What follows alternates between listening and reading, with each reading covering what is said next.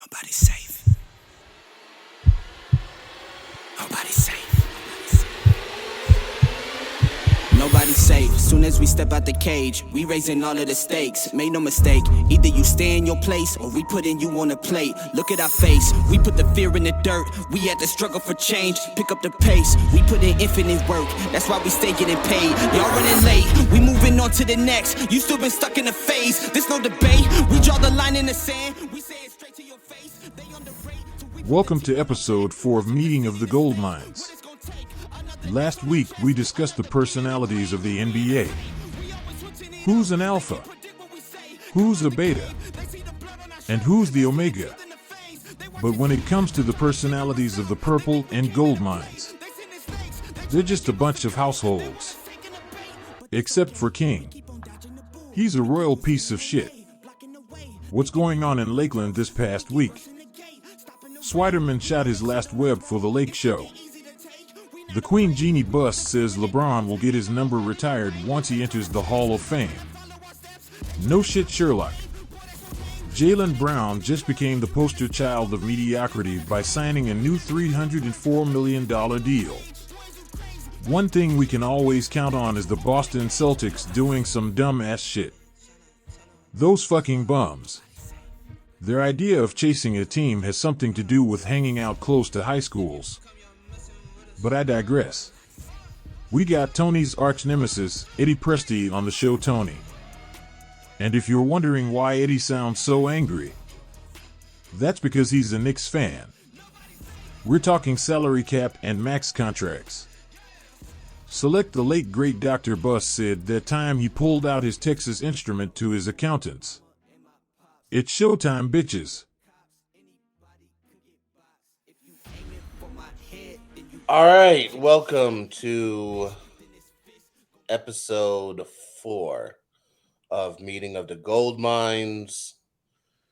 We are here. King is once again late, living up to the stereotype of Jamaicans, but that's my brother. I love him. We're always late for everything. But King, what's up, brother? We got a special guest. We got Eddie Presti, formerly known as NBA Capwiz on Twitter, but he's big time, so he has to go by his own name. But yeah, and I'm doing the baseball now too, so I can't yes, the NBA. Exactly. Take him out to the ball game. He is diversifying the portfolio. You guys know me. I am Born Rebel, aka Zen. And yeah, this is Meeting of the Gold Mines. We got my brother at Chasing number 18. He is the context king, Mr. David. What's up, brother? How you doing? And you're on mute. Yeah, I know I muted myself for a reason. Yeah, not much going on, man. We had some news trickling in throughout the week.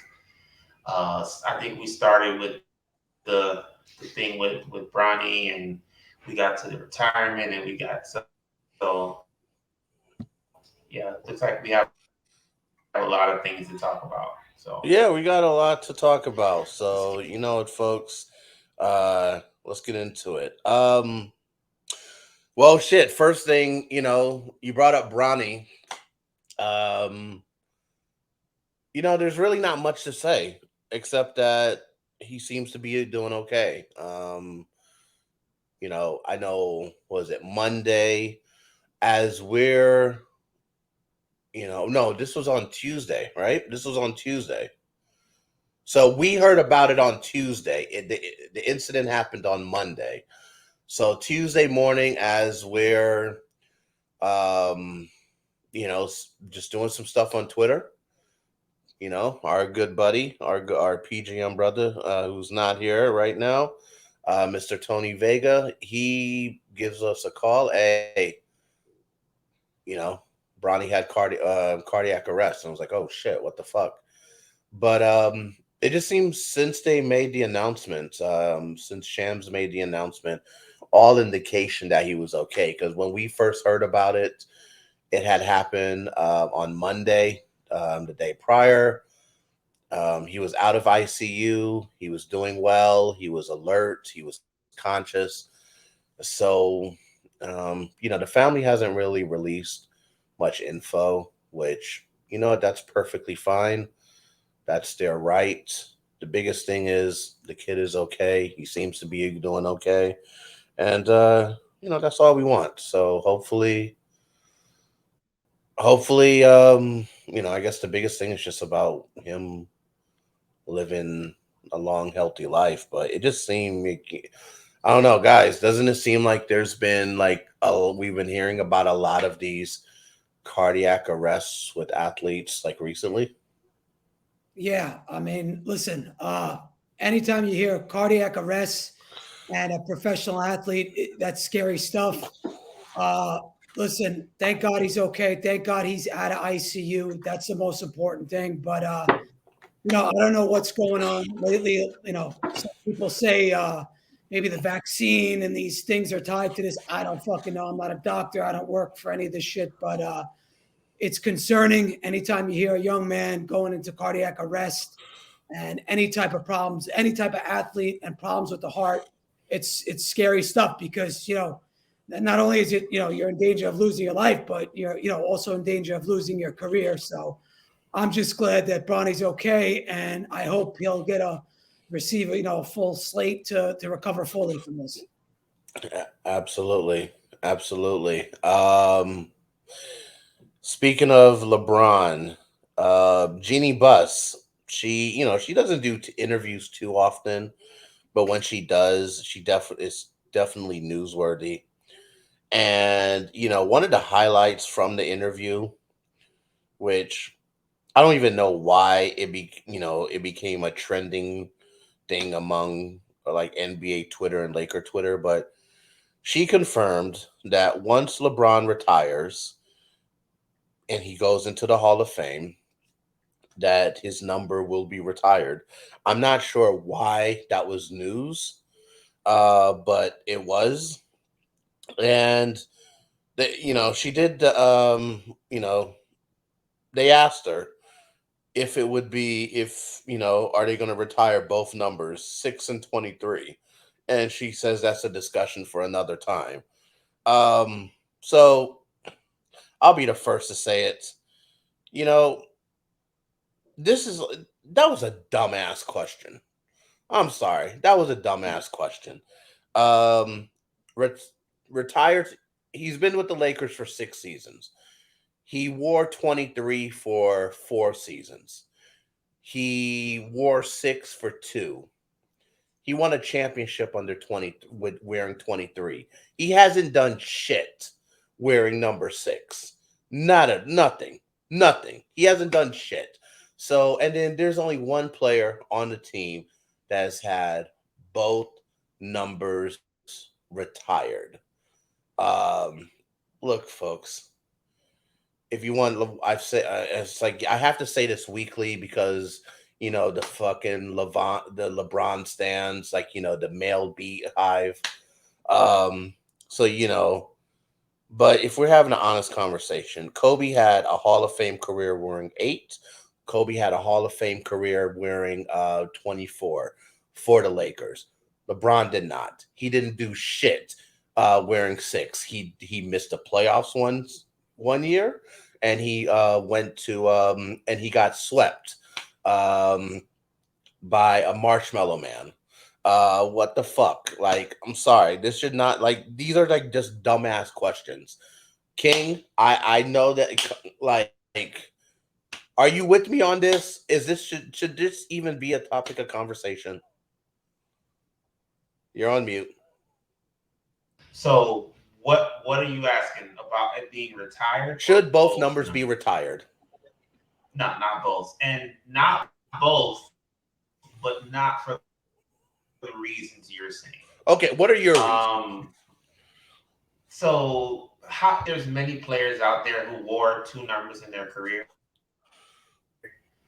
And if you're gonna retire two numbers for anyone, it's gonna be Kobe because he played 20 seasons and kind of split. I think it was like what 13-7 or something like that with the numbers. I think he went to 24 in 2000. Are you kind of going in and out? He's breaking up. All right, ESPN, refresh. man. You're kind of go. Yeah, so refresh. You're kind of going in and out. Yeah, refresh. And roll back in. Look, yeah, Eddie, I want to hear from you, but I'll just say this: if the Lakers decide to retire both numbers, then I need the Bulls to go back and retire 45. I was just thinking that. Yeah, go ahead, Eddie. Like this is not going to be a question. When you retire a player's number, you're retiring, greatness, right? Player's number that gets put up in the rafters. That means you're a special player. That means that number will never be worn again. It's never going to be worn again in your franchise's eternity. And the fact of the matter is that LeBron's been, he's been a great player. He's been a great player in LA. He's won a fucking championship. But, he's wore two numbers there. I think he does that for more of a marketing thing, personally. I think he does it to sell more jerseys. He switches from 23 back to 6. I don't get it, but look it. He's LeBron. This is what LeBron does. He makes it all about him. He's a fucking guy that likes the attention. He likes to, likes all the the accolations and everything. Do I think he deserves both numbers retired? Absolutely not. I think he deserves one number retired. But it's LeBron, and he's going to get what he wants, and he's got his claws wrapped around Jeannie Buss and the whole entire organization. So if he wants both numbers retired, he's going to get what he wants because he's fucking LeBron, bro. That's all it is. Yeah. Because look, and then let's keep in mind, you are a Knicks guy, so you're not the biggest LeBron person. No, but I'm not at all the biggest. You're not at all. Which look, we appreciate different perspectives. I'm just saying that he's going to have 6 retired in Miami, deservingly so. He's going to have 23 in Cleveland, and he'll get 23 in with the Lakers. He's back to 23 this year, right? Yeah, he's switching back to 23. So why? It's just like because Bill Russell. Remember they retired 6 across the league, which I guess sorry folks, but that 23 should be retired across the league as well, and not because of LeBron. We know who, but I guess speaking of continuing the trend with LeBron, so Joy DeAngela, she does you can follow her on Twitter, Joy DeAngela. She does a lot of she covers the big 3, and she also does a lot of stuff covering the Miami Heat, and she just did a sit down interview with Dr. J, and this was kind of trending. So shout out to players, right? Exactly. So shout out to Joy for having that interview, but her first look, when your first sit down interview is with Dr. J, good for you. So shout out to Joy. But this was all right. So this is Dr. J's top 10. Okay, no particular order.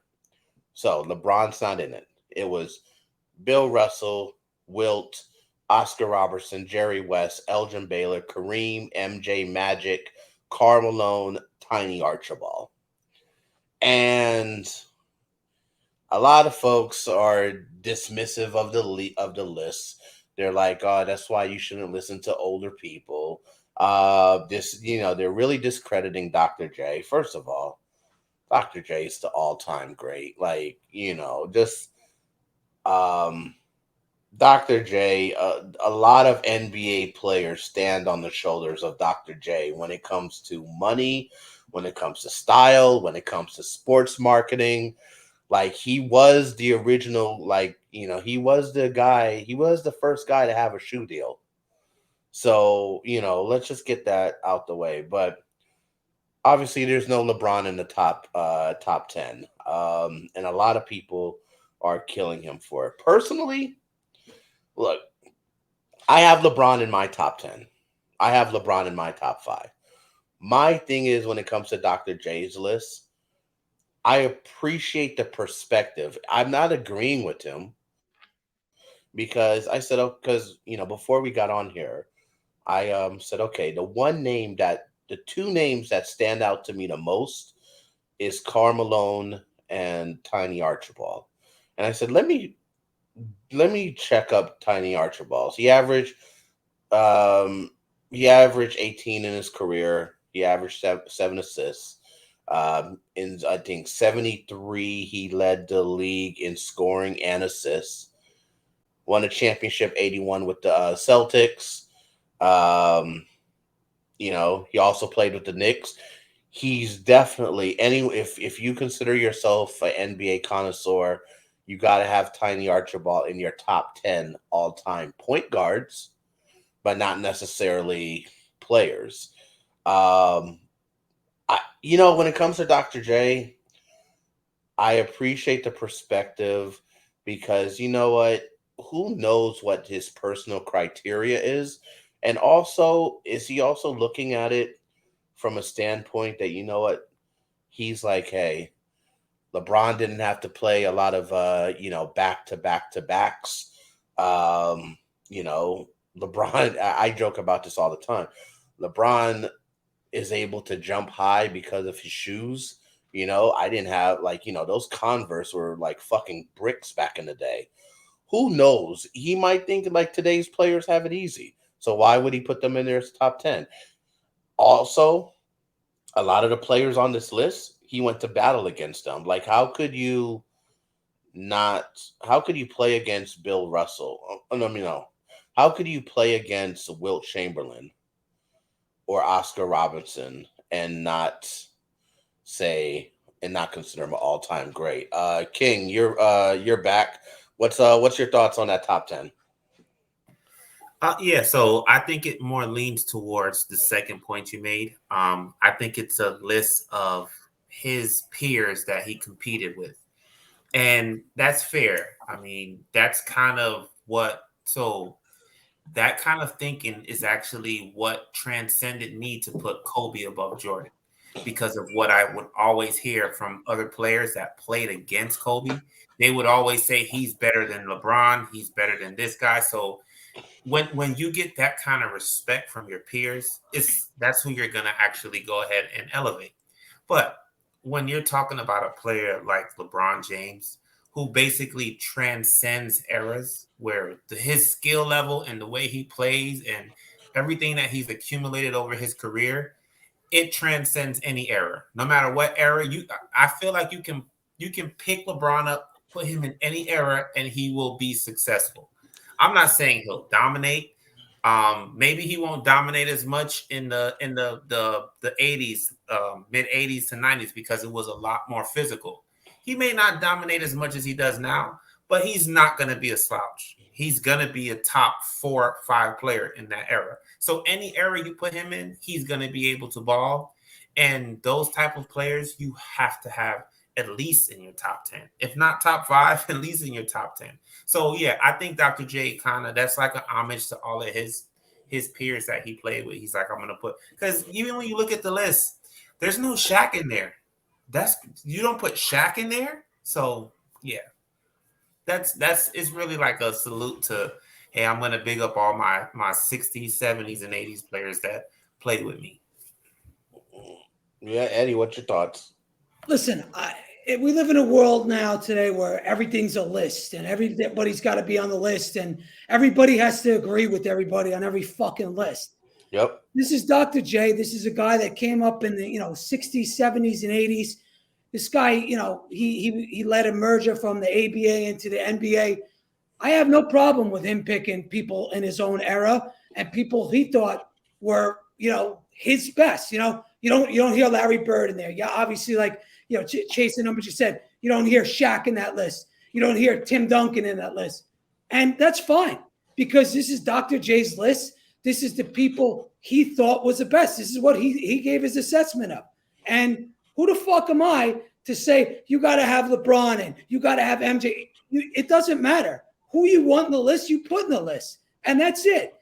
Everybody goes out on the limb now that we always have to agree that this guy, that guy, and that guy's always got to be on the list. No, you make a fucking list. It's subjective. It's what your list is, and that's it.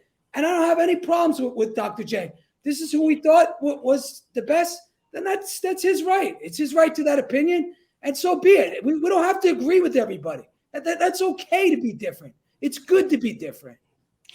Absolutely. I'm with you, and it's just like, Look, LeBron should be on the list, but it's just, listen, if this is what his list is, so be it. Let's respect the legend for once instead of fucking questioning every little thing. Absolutely. And you know what? LeBron will probably, who's to say LeBron won't have, he probably won't have Dr. J in his personal top 10, and that's perfectly fine. It's just like, hey, I'm not going to discredit these guys. But, the last bit of news in like Lakerland this week, before we get into our big subject of the week, King, KB isn't here, but Slider Man, he won't be shooting any more webs in Los Angeles anytime soon. His ass is out of here. And the Lakers signed Alex Fudge to a two-way contract. Any thoughts on Spider-Man being out of here? He shit the bed during summer league. He didn't do shit. And let's be honest, like the only thing he can do is shoot. I doubt if he can even get cut without fucking it up. So what's your thoughts on Cole Swider getting cut from the squad, and what can you tell us about Alex Fudge? So from what I've seen from Alex Fudge, I didn't really watch him in college. I'm not really like a college watch. I don't really watch players in college like that. I usually tune in towards the end of May or the end of February towards March Madness. That's when I kind of start to watch it, because that's when you kind of start to see the cream rising, where it's like, okay, these are the players, or these are the teams that you need to see. But I mean, from what I saw in summer league, and he didn't really get that much run. He's really, really athletic. I think that's what the Lakers are filling their team with: a bunch of athletic guys, just like Maxwell Lewis, extremely athletic player. Max Christie has shown extreme athleticism. Cam Reddish, another athletic guy. So I think that's what they're trying to do. I think that's what Alex Fudge is. He's raw talent. He's nowhere near. He has a lot of growing to do. Unlike Cole Swider, who stayed in college for 4 years, what you saw from him was pretty much his ceiling. He's a knockdown shooter. Kind of has the stone feet where his foot speed isn't that well. But that should not hold him back, because if you look at a guy like Rui has been given the same knock. He's slow foot. So he's slow footed, where he's not really quick laterally and vertically trying to catch you, but he's smart enough to be a positional defender. Cole Swider could not get to that point. I think if he would have been able to do that and be in the right position, he has to be one of those guys where he's drawing charges, stuff like that. That's the only way he's going to be successful on defense, because he just doesn't have the athleticism to move, but he's a knockdown shooter. I think he'll get another job just because he shoots the ball. If you give him a full season, he's going to shoot above 40% from three. So, yeah, sad to see him go, but you can tell it was coming. He didn't improve from last year to this year, so you can't stick with that project. You have to move on. Yeah, absolutely. And I think also with Summer League, a lot of guys leapfrogged him. You could say between our two rookies, you can say between Castleton as well. They leapfrog him, especially Castleton. So it's just like, sorry, man. Just it's either you're gonna wait here for a long time, or we'll cut you so you can try to find another opportunity to get on the court soon. So that could have also been something that it could have been the Lakers doing them a favor, getting them out there early. So yeah, absolutely. You never know with guys now too. They cut guys because guys are going to get opportunities overseas. They might not get an opportunity in the NBA, but they're going to showcase their talent in the summer league so they could get a job in Greece or all the different leagues across Europe and even in the East and China. There's a lot of leagues out there. So sometimes they may not make the NBA, but they could showcase their talent so they could get a job overseas. And not every player now is going to make the NBA. I know now we have 3 two-way player spots on each roster instead of 2. So it opens things up for more guys to get cut in the NBA, but they're also showcasing their talents for other teams overseas. So. Yeah, absolutely. So hey, wish him the best. I know with Alex Fudge, he's 6'8". He played for Florida. Another athletic wing. Like, man, we went from having none last year to we're just hoarding athletic wings. He has a 7-foot wingspan.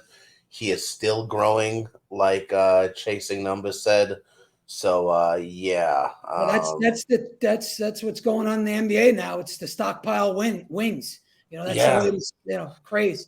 Yeah, so we're definitely looking forward to that Wingstop sponsorship sooner than later. Yeah, I mean, if you honestly think about it, a lot of the guards are 6'5" and 6. Like, there's no room for 6'2", 6'3" players no more. No, the Chris Paul days are gone. Like, you're not gonna find there's no room for you. You have to be able to defend. If you're going to be that small, like you have to be a bulldog. It depends what your skill set is. If you're somebody like Jaylen Brunson's not the tallest guy in the world, but he's probably got the best footwork in the NBA. At least one of the best footwork on the guards. So if you're not making up for it in other areas, I could see what your point is. But the league is definitely getting longer. Pause, but it's true. Yep, absolutely. Well. Wish Cole Swider the best, and Alex Fudge, welcome to Los Angeles. We'll be we're gonna get into our big topic of the week. Is signing a max deal a wise move for a player? We're gonna get into that. We got Eddie Presti in the house. We got King in the house. We're gonna get into that after this unpaid ad from Zen's Infused Treats.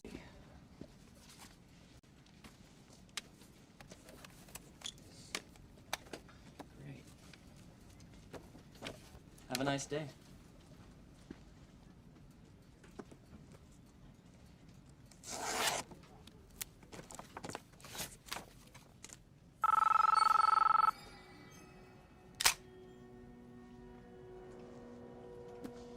Hello? This commercial is sponsored by Zen's Infused Treat. We ship to all 50 states. The person on this commercial are genuine and not paid by Born Rebel or any of his affiliates. They are not pressured to share their experience or be part of this commercial. For any question, please contact Born Rebel on Twitter. PGM is not responsible for any negative comments, monologue, tweets, or mentions from Zen Infused Treats Incorporated. Hello, everyone. Evan Moore, writer for the Late Night Lake Show here. I'm not only an old head basketball fan, I'm also an old head stoner. I've been in love with Mary Jane for over 3 decades, and a medical card holder for about the past 6 years. I not only know weed, I live weed. So when I tell you Zen's treats are absolute fire, I know what I'm talking about. Most dispensary edibles are designed to help people sleep, not get people high. Zen's edibles are no joke. They even get a hardcore stoner like me high. I have PTSD and IBS, which makes me an everyday user. Now, as an everyday user, the psychedelic effect of weed is very muted. It's practically impossible for me to get too high. I often joke with friends that I'm permanently 1 toke under the line. Oh, sweet Jesus. Now, it's a problem sometimes, though, because I love watching movies when I'm high. That IMAX countdown intro is the shit when you're nicely toasted. Some of you know what I'm talking about. Now, Zen's edibles are perfect for an old-ass stoner like me. So, all these years of smoking didn't go to waste, because now I'm going to help some of you rookies understand how to dose. Dosing is different than smoking because body chemistry can change the effects. Smoking on an empty stomach will give you roughly the same results as smoking on a full stomach. Eating an edible on an empty stomach, on the other hand, is not advisable, unless you aren't going anywhere for the next 6 hours. So unless you're an old pro like me, make sure you eat something else first. Secondly, some things you consume can heighten the effect. Fatty foods help you absorb more THC into your bloodstream, and papaya also contains an enzyme that helps heighten the effects. So just be aware of what you've already eaten before you take them. If you're concerned about getting too high, and if you do end up feeling uncomfortably high, all you have to do is lay down and put on some music. You'll be fine. Don't clog up the emergency room with your paranoias. The medical community is already dealing with enough bullshit as it is. Lastly, start small and be patient. Cut the edible in half, quarters, or even into 8 equal pieces to start with. I know it's hard. These edibles are really tasty. Now, the effects usually take an hour to take the full effect, so that's where the patience comes in. Shout out to Zen for making some good shit. His edibles are now my go-to for movies. Eat them with lots of brisket and papaya if you're like me. Weedaste, the weed in my blood recognizes the weed in yours. Tony, fuck you for not being here. Fuck his KD also. Where the fuck you, Tony. We are back. We got Eddie Presti. He covers the Mets. He covers the Knicks. That's a lot of suffering, but he is here. We appreciate him for being here. And yeah, it's horrible being a Mets fan and a Knicks fan and a Jets fan too. So you know what? I'm a Packer fan, man, and you at least won something in your lifetime. Yeah, look, I'm a Packer fan, and this is like deja vu. It's just like my guy is going to has gone to the Jets. I went through this shit in 2008. Here we go again. And I haven't decided on who am I rooting for. And I was just like, I just never thought we would go through this shit. Isn't he's taking the same route that Brett Favre took? Didn't Brett Favre go to the Jets? Carbon copy. Yes. The thing is, I'm a Vikings fan, and I don't want him there. We're good on the Vikings. Don't worry. He'll have a horrible year this year with the Jets, and he'll come to the Vikings next year and fucking torch it up. Yep. This is it. It's his contract, man. His contract is way too crazy. I don't want that contract. Oh, I think he took a pay cut to come to the Jets. Yeah, he restructured it, but it's still like $50 million a year. Like, it's a lot of money. I thought it was like 35 or something like that. Yeah, We having trouble getting rid of Kirk Cousins right now, man. We don't need to bring him on. Look at the quarterback on the Giants. I think he got some insane contract. He sucks. He's not even anything good. Yeah, this shit's frustrating. But hey, so we're here, and so something happened this week, and it started to spark like some ideas in my head, and just started to spark some questions. And Jaylen Brown, signed, was it a 5-year, $304 million contract with the fuck Boston Celtics. Fuck Boston. That's one thing we can agree on with Knicks fans. It's always fuck Boston. But they're a good team, though. They're a good team. 304. Now, mind you, I'm old enough to remember when Kevin Garnett signed that 7-year for 126, and that was like the biggest thing in the world. We know the money isn't the same; it has exploded. But we're talking about over 60 million annually. Hold on. Eddie, ask and you shall receive. Um, Better late than um, never. Better late than never, right? Turn your volume turn up. your volume up, asshole. Um, Can you hear me Tony. now? No. Yeah, you still sound a little low. Really? Oh. Yeah. What about now? No. Yeah, a little better. A little Wait. better. Let's do it. Tony, you know Eddie. Yeah. What's up? What's What up, up, Eddie? Tony? Yeah. I like the graphics behind. Was that Chinatown? You gotta get the mic up. I still Yeah, can you're barely coming in and out. Give me a second. Give me 1 second. All right, so Tony is figuring it out. Perfect timing. That is funny. So yeah, so Jalen Brunson, he's gonna get paid an average salary of 60 million per Jaylen year. Brown. Jaylen Brown. Sorry, wrong Jalen. Jaylen Brown. He's gonna get paid an annual because this is an extension, right? This was an extension, or was it a completely new contract? It's a extension. Okay, so it doesn't kick in until after next season. So it's just we're looking at an average salary of over 60 million. He's not a top. I can't see where he's a top 10 player in anyone's book. Like he's not a top 10 player at all. And now we know the money is bigger. And mind you, the Celtics also signed they signed Porzingis. They gave him a new contract as well, or an extension. That's around the 30 million range, around the 30 million. 60. Is it 36? I think it's 36 for this season, and I think you got another 2 after that for 30 each, if I'm not mistaken. Yeah. So yeah, so So what about now? you're good. All right, now you're good. You're good. Yeah, so Tony, catching you up. The Jaylen Brown this season. Uh, over this week he signed a 304 for 5-year extension, and that kind of sparked the idea for this conversation this week, where it's like, okay, look, he's not a top 10 player. Now we know the money has exploded, but signing that max deal when the Celtics are going to have to take care of Tatum very soon, and they just signed Porzingis to an extension for an extension of 2 years, 30 million each year.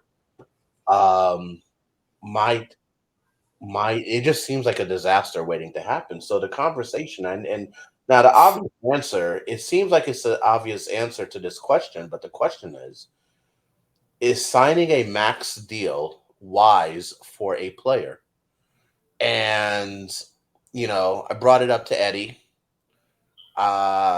even Tone, who she isn't here now. When I brought it to her, she was like, "Oh yeah, of course, signing a max deal is is a wise move for a player." And I just started to think of like a lot of different scenarios, because it just seems like the Celtics, it just seems like a recipe for disaster, because how are you going to build a squad around them, especially with this new CBA? That's why I'm glad that you're here, Tony. I'm glad, we have Eddie here, because, you guys are like, the king of the Texas Instruments when it comes to these salary caps. But it just seems like a recipe for disaster. So, eventually the Celtics are going to have to make some hard choices. Who's out of those three? Who's going to be the one to go? They're not going to be able to maintain all three for a significant amount of time and still have a team around them. But I guess my first question to you guys is, what was your thoughts? Tony, you're just jumping in. What was your thought when you heard about Jaylen Brown's extension that he just signed? Oh, I was I was excited. I was personally excited. It's actually hey, Boston is the first one to test out this new cap. They're the first one to do this situation of just giving out max money. By the way, like from my understanding, the second largest contract is, if I'm not mistaken, is Jokic at 276.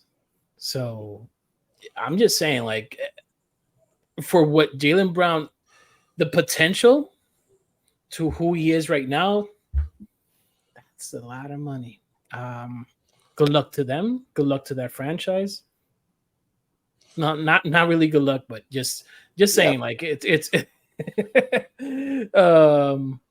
yeah, I was just laughing, honestly, when I saw that. I'm like, okay.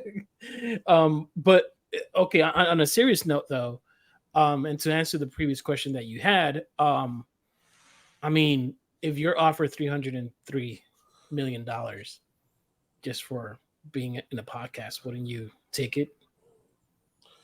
Just curious, just saying, like, Okay, so this to a personal point, like for a player to say no to that. so That's so kinda this is crazy. okay. So this is my. So I'm glad that you asked that. So this will be my answer to that. So if I knew Purple and Gold Mines, if they said, "Hey, um, would you sign a contract a big contract like that?" I would think like, okay, well, shit. They really love what Purple and Gold Mines is doing, but Purple and Gold Mines is not just one person; it's a team effort. So, do I sign this big contract, but then all of a sudden they couldn't afford Tony? They damn sure wouldn't be able to afford King to when he signs a contract. So all of a sudden, the thing that helped me get my big money, I might end up losing the rest of the team. Yeah, but that's not the question that you pose is, should a player do that? And a player is like, that's not my problem. Again, like, and in a certain sense, if you tell me that PGM is gonna pay me an exuberant amount of money, and it would mean that Zen, King, Allen, KB are all out of the equation, then sorry, F you guys. I'll take it. I'll sign it. Like, I'm being serious. Like, it's we're talking about millions upon millions. Like, it's generational wealth. Do you know how many opportunities you get to that? Like, and to a certain point, like Jaylen, I mean, what's his options? Like, no team has that level of space technically, and barring any injury that happens this season, hopefully not. But again, you have the opportunity to sign it. Why not? Just saying. Like, it's if it's on the table and you say no to that, come on. Like, for instance, if the New York Knicks say, hey, we can only offer you 250, and he's in Boston for 303. Just saying, like, So if it's numbers like that, if you're looking at the difference between 250 and 303, at that point you could actually take a look at which spot do I have a chance of winning at. So it's different if it's like a extension for 120 and then the other guys are giving me 300. Oh, I'm taking the 300. But if I'm at $250 million and now it's just, okay, which one do you want? I'm going to choose the best opportunity. And depending on what Jaylen is Jaylen Brown, does Jaylen Brown want to win a championship? That's the question. Does he want to win? So how old is Jaylen Brown? And Because also, he's 26, I think. That's 26. The point. He's 26 in his prime. You want him, like, he's basically saying, for the next 5 years in my prime, I'm getting paid a lot. Like, this is probably he got, if he pans out, he has another big contract like this? He probably won't get it this high unless he really, really, really plays well. He might. Eddie, inflation, right? He might. Yeah, yeah. He'll only be 31 at the time of his next extension. So, because it doesn't kick in until he's 27. So, and then at 31, he can decide, oh, now I can win. Like, wait, but so also here's the thing that we have to think about. Let's remember what he said at the press conference. the first thing out his mouth is he wants to help out of the community. So does he really want to win? I think he's going to take this money and he's going to try to do as much good as he can with it, and he's going to play. Yeah. So okay. So I'm going to switch to a different sport, but it might not be the best example because we know how the NFL is. Look But at Tom. Rebel, just to like real What's up? quick. Mm-hmm. What Jaylen Brown, right? When Right. he sees, LaMelo Ball and Tyrese Halliburton getting, $260 million. I mean, of course, when he's offered 304, of course he's going to sign because these are lesser players than him getting these big money. Halliburton's close, but LaMelo Ball, I mean, this guy can't even stay on the court, and he's getting $260 million. So Right. For an NBA player, it's an absolute no-brainer to take these contracts. It's a no-brainer, and then worry about everything else later on, like what situation, all that other stuff, because that's what guys do now anyway in the NBA. You get paid, and then if you don't like your situation, you demand a trade. That's just what happens. So this is why I say, okay, so this is why I question it, all right? So I'm going to give some different examples, all right? So let's start. So my first example would be away from basketball, would be football. I know the salary cap, they have a hard cap. There's no luxury tax. The NBA does up to a degree, but now there is a hard cap now. Once you get to that second apron, but you look at Tom Brady. Cap. What you said? It's not a hard cap. It's still a soft cap. You can still go over it. The penalties are severe. Okay, so penalties are severe. Which are there any owners that have gone over that soft cap? Well, not yet. Not yet. So the thing is, I don't Boston, see. Yeah. Boston, for example, are you talking NFL or NBA? No, NBA. Boston's closest. They're at 177. I think the next tier, I think it's in 190 or 192, something like that. That's the second level. Now, remember, Jaylen Brown's extension didn't even kick in. This is just on this year's. And next year, Jason Tatum's contract's not in this. So they're going to be unless they win in the next 2-3 years, they're going to be extremely over this cap. So they are basically all or nothing with this team they have. It's either they win with this or they don't. It's simple. So wait, do you have, because I have here Golden State number 1. What are they at? 224. I didn't even look at Golden State. I'm just looking at Boston because we were talking. Wait, No, yeah. They're at 224 this year. Yeah, for this upcoming year. And I'm glad that you guys brought up Golden State. Okay. Let me look at it because maybe this is not updated. It says 23. We're at 206. 206. Yeah. Give me. Which is still over. They're over the second luxury tax. Yeah, they're over it. For next year. Wait. So for next year, Boston is over the second. Over the first one. They're not over the second one. For next year. For this season upcoming, they're only over the first cap. Yeah, for this one is 190, right? Yeah, that's okay. Like 189 something. Yeah. So Golden State's already over, but I don't think it counts for this year. Correct? Next off season is when. Next off season is when it really counts. So Golden State's kind of just playing with house money right now. Everybody has 1 year. So yeah, right. they have this year to figure shit out. Yeah. Yeah. So here's the thing. I'm glad that you brought up Golden State because I'm gonna get to them in a minute. But this is why I question if signing a max deal is a wise move for a player. Okay. So first, we look at LeBron. Okay. Now, if folks want to call him the GOAT, I'm not going to argue. That's not even the discussion. This is not a GOAT conversation. But he's the first active player to be a billionaire. All right. Now, him and Tiger Woods are the only active billionaires in all of sports. All right. He is soccer players. Well, North America. Let's say North America, North American sports. Now, in his prime, he took less than the max for him, D Wade, and Bosh, so they could team up in Miami. All right, and then also still be able to get role players like a Ray Allen. Okay, now there's um there's a story. There's a story. And I think D Wade and Udonis Haslam have said it recently in the last few months. But there's a story of LeBron taking a little less, um, even more so the Heat could re-sign Udonis Haslam to the team. And then now let's look at the legacy of each player. Bosh is in the Hall of Fame.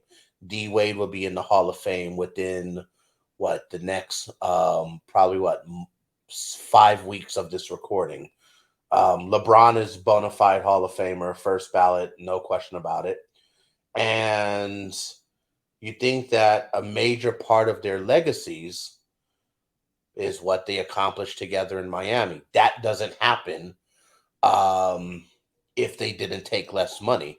LeBron is not in a GOAT conversation. Like, if he doesn't have the success he did in Miami, does he have that success if he didn't have that team? My next example, okay, and Eddie, we was talking about this before we start recording. James Harden, he took less money so the team could sign PJ Tucker. Now, PJ Tucker did shit the bed, but if PJ Tucker would have played like PJ Tucker, hey, we might have seen a different team in the finals. Just saying, it's debatable. Let's look at the Lakers. The Lakers, they got AD, max player, who is in line to sign a 3-year was it 168 extension within the next few days, first couple of days of August. But LeBron is a max player, AD is a max player, and guess what? Christian Wood is still out there unsigned because he's trying to get more than a minimum deal, and we can only sign him to the minimum. What would have happened if LeBron would have took a little less? AD would have taken a little less. We'll be able to sign players. Christian Wood would already have been signed to a Laker. With the Lakers. We look at the Knicks. Look how they structured it. We joke about this. They have a mid four. They still got shitload of they got some cap room. They got They have no cap room. we have no cap room. None. Okay, but you guys are potentially consigned, like, have a mid four deal. What happened to the whole Kuzma thing? Wasn't there a chance they could set up a mid four? Well, they could have done it if they would have moved the right contracts, but they decided instead to sign, Dante DiVincenzo to the full, mid-level exception. So thereby, they would have had to trade players to get under the cap and get Kuzma, which, in my opinion, would have been a much better deal than getting DiVincenzo. But this is the route they went, and now they're looking at giving Josh Hart an extension, giving IQ an extension. So the Knicks are going to be over the first luxury tax easily by next year. Yeah, even with then, we're seeing where that money is being spread around across like 5 players as opposed to 2. Now we can talk about the skill sets and of each player, but I'm looking at that money being spread around with among more players as opposed to 2. And you guys mentioned the Warriors earlier. Now the circumstances are very unique because of that TV deal when the salary cap jumped up in 2016, where it gave everyone a max player slot. But look at the Warriors. Steph Curry, yeah, he was underpaid because of his ankle injuries. Context is key. I know that. But look at the Warriors. Look at what they did. Steph Curry was underpaid because of his ankle history. The salary cap jumped. The Warriors were able to sign Kevin Durant to a deal, and then they went on a tear.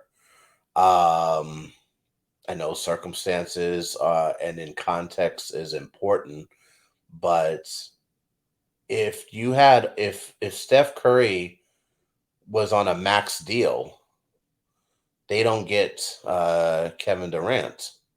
Now, mind you, that's a very unique situation with the perfect storm. But, if we're looking at the NFL, look at Tom Brady. He notoriously took less money. So, because it's like, hey, okay, yeah, I'm a great quarterback, but I got to throw the ball and someone has to catch it. Also, for me to have enough time to throw the ball, I got to have some offensive linemen that can know what the fuck to do. I also, we got to have some, for me to be a great quarterback, I'm not going to throw a touchdown every time. I'm going to have some decent players on defense. He notoriously took less money, and look at his career, 7 Super Bowls. He's regarded as the GOAT. It's not even a conversation. And look at what happened after his career. Soon as he retired, Fox Sports announced the deal. The year before he retired. The year before he officially retired, Fox he announced Wasn't that it it was 375 he got? Some crazy number. Yeah, 10. It was like 10 million. Yeah, for 10 years. And we look, and then even if you look at players, players like, I look at Robert Ory, I look at a Steve Kerr, I look at a lot of guys who, because they're in that rare air of being a multi-time champion, they were able to have careers beyond the game. But once their playing years were over and done, they were able to have like good careers. It's something once you're a multi-time champion, it's not difficult for you to get a job. So I'm just thinking that, is it like you're playing a team game? Okay, so you're going to have quality pieces around you. Is it wise to take up so much money? It seems to me, yes. I'm saying it as a person that I'm not making anywhere close to what they're making. Not at all. These are millionaires, and they're in this generational wealth once in a lifetime. But is it possible that being a max player is somewhat short-sighted when you're going to need those quality pieces like around you? I look at Dame Lillard. Is it possible? Now, Portland is not the most appealing market to play basketball, but is it possible that if you would have taken a little less money, it probably would have been able to attract more quality players, and it would have led to more success? Is it, like I said, you might just say no. So that's why it just makes me think with the Jaylen Brown thing, because I'm like, hey, he's not a top 10 player. I'm looking at Grant Williams. They just got rid of Marcus Smart, who was their defensive anchor. You can even say like a vocal leader.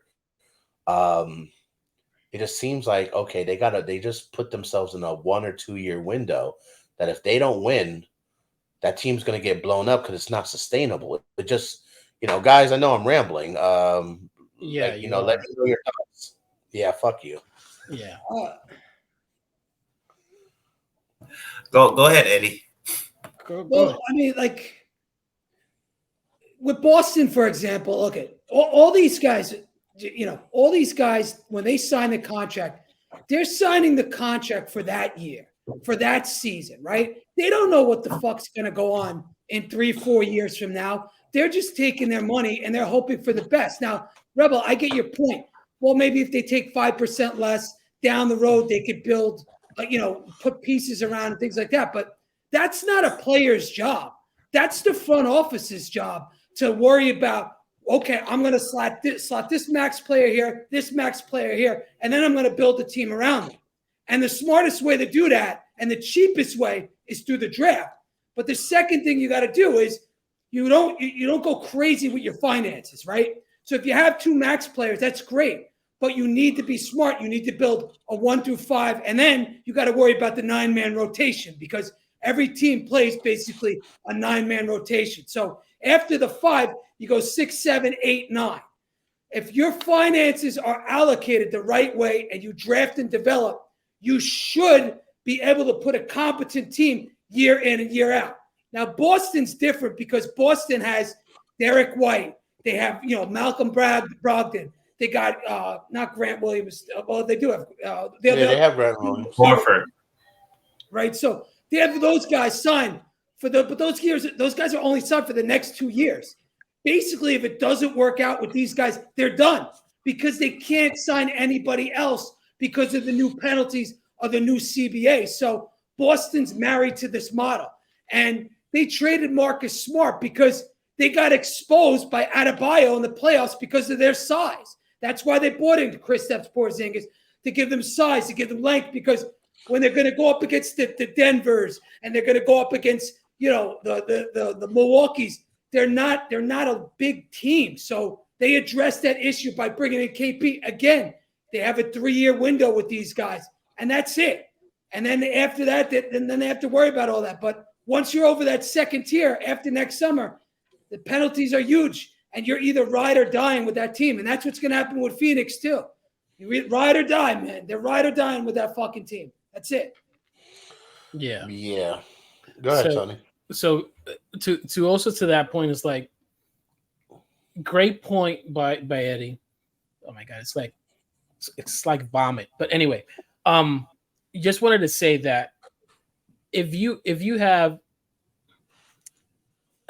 let's say for your example, because I feel you were trying to hit the Miami times, the free agency. Basically you were trying to hit like the free agency button in terms of like, let's say the LeBron James is a free agent, he can negotiate.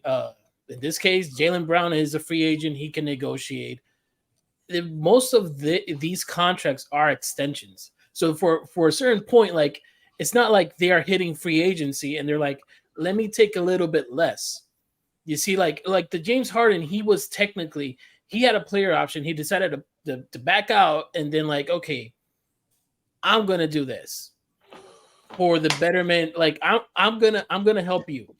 But to James Harden's point, the Philadelphia 76ers kind of just messed it up.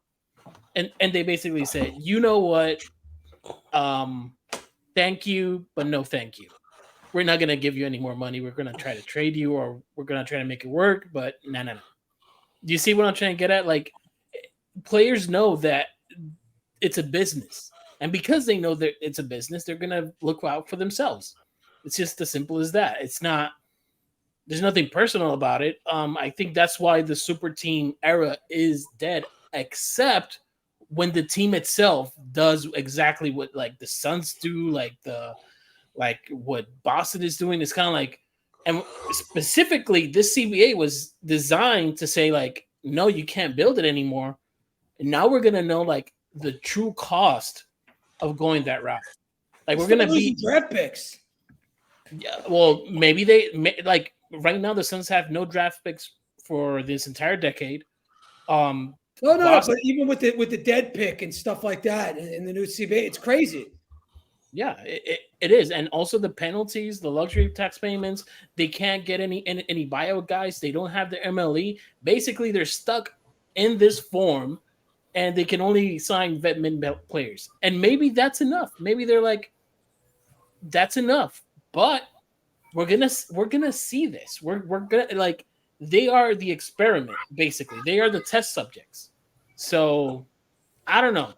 But it is a players' league, and the players kind of know that they got to look out for themselves. That's why by the way, Zen, when was the last time a superstar went on free agency and decided to go to another team in free agency? Since LeBron James, it hasn't really happened. Yeah, they don't do that no more. They don't do that. Wait, Kevin Durant. No, That's Kevin Durant. Kevin Durant They actually were went on a Brooklyn. sign. He went on a sign and trade to Brooklyn. So Well, just saying. he was the last guy, really. Him, But he was the last guy. Fine, he was the last guy. But after that, it's nobody else. Yeah, but okay, I guess okay. No, so the you got, era. So what I'm trying to say is they're looking out more for the money and for Right. themselves than they are for the team. They're basically saying, Boston, you figure that shit out. Suns, you figure that shit out. I'm getting paid. That's what they're doing now. And that's honestly how it should be. Like I think a lot of these players, especially like a Jaylen Brown, kind of just took advantage of the market. He kind of called Boston's bluff. Boston was not going to let him go into this next year on basically a dead contract where it's like, okay, if we don't get to this extension, I'm going to hit free agency. They're not going to do that. So they're going to pay him his money. So the player signing a supermax should always be what you do. I don't care what it is. You need to make your money. The way that I always think about it is we look at the contract and say, damn, $300 million, that's a lot of money. Imagine how much money the guy has that's signing that check. Why would you give him a discount? No way. So it's up to the GM and the front office and everyone before you even offer that player that contract to say, all right, when we give him this contract, what's next? You have to be a smart person to be giving people this much money. You can't just give him the money and be like, okay, you and Tatum, go ahead and make us win. No, stuff has to be slotted. And when you look at the contract, so you got KP, who basically has a 3-year deal, including this one. Jason Tatum comes up in 25.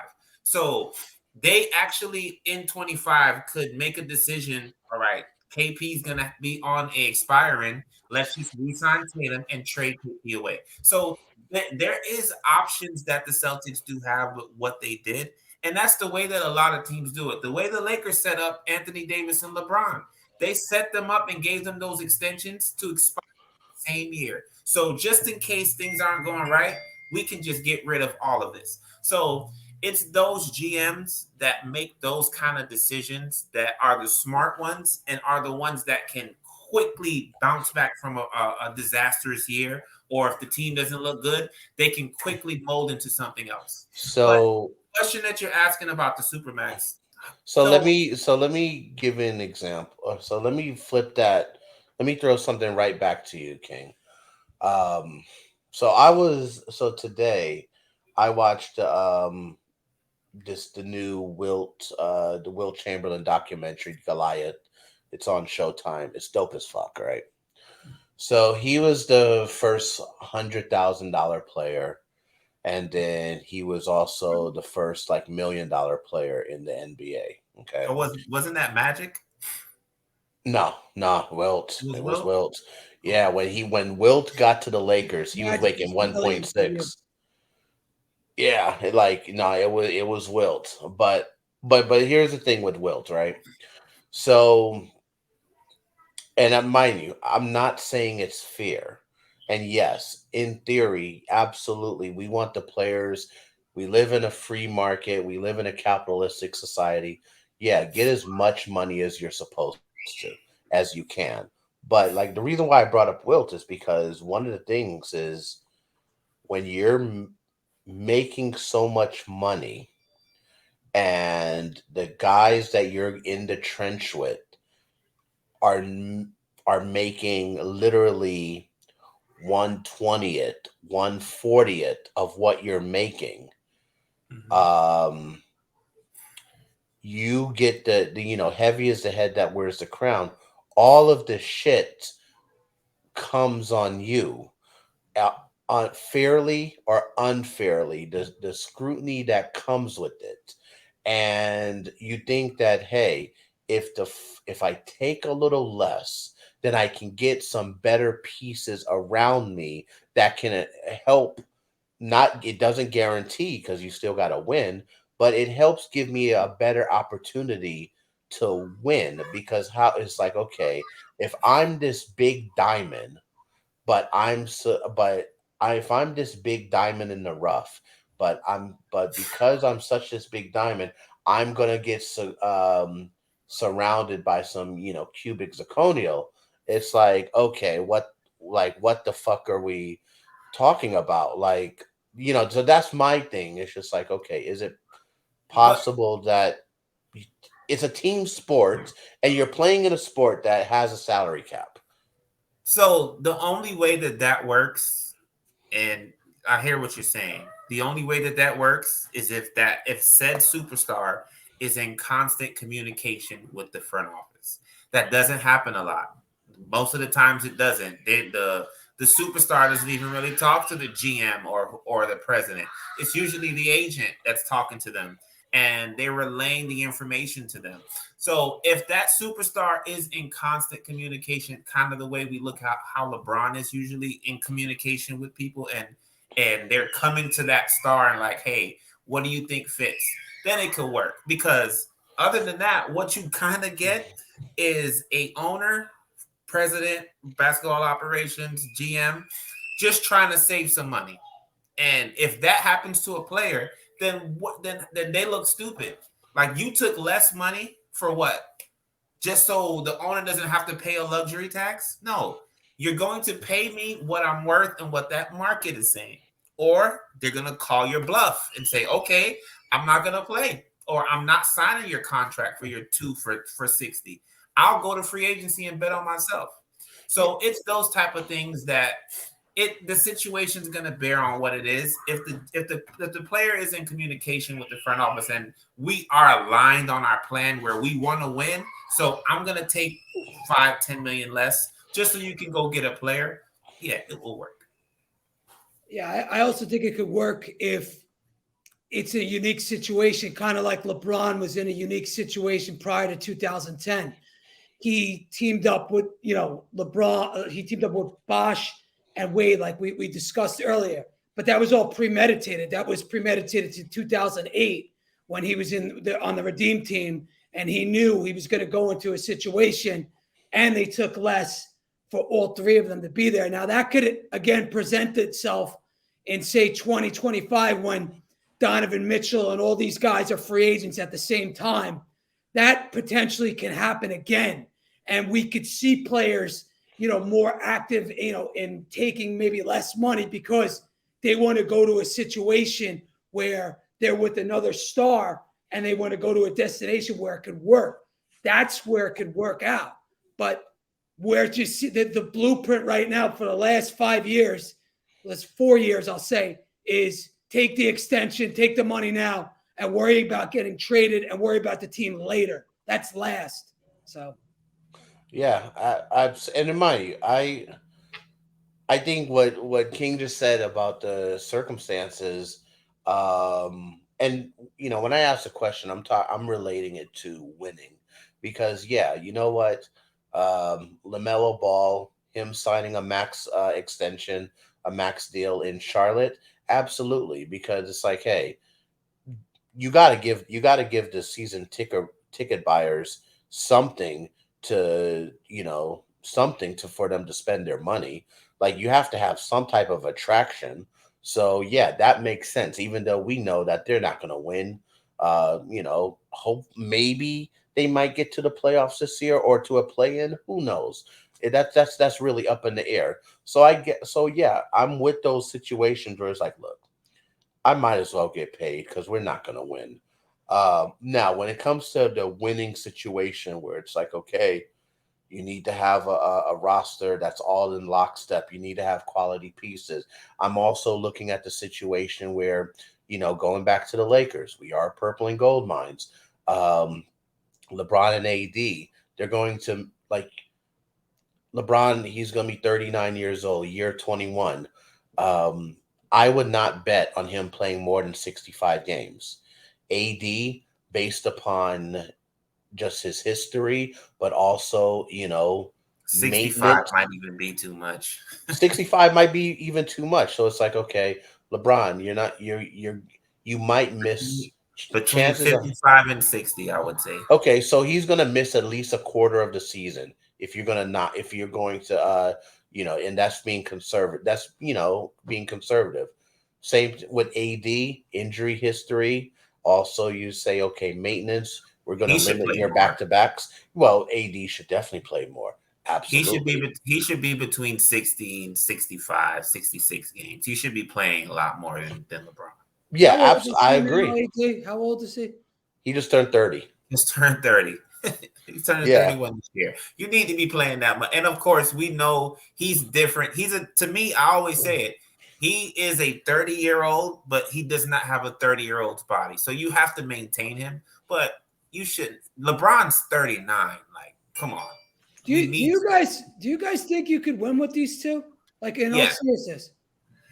So I think we can championship win with this team because of the way they built the team this year. I think we can. They built the team correctly where we can go into this season and LeBron play 55 to 60 games, AD play 60 to 65, and the rest of the guys are good enough to get us a 50-win season.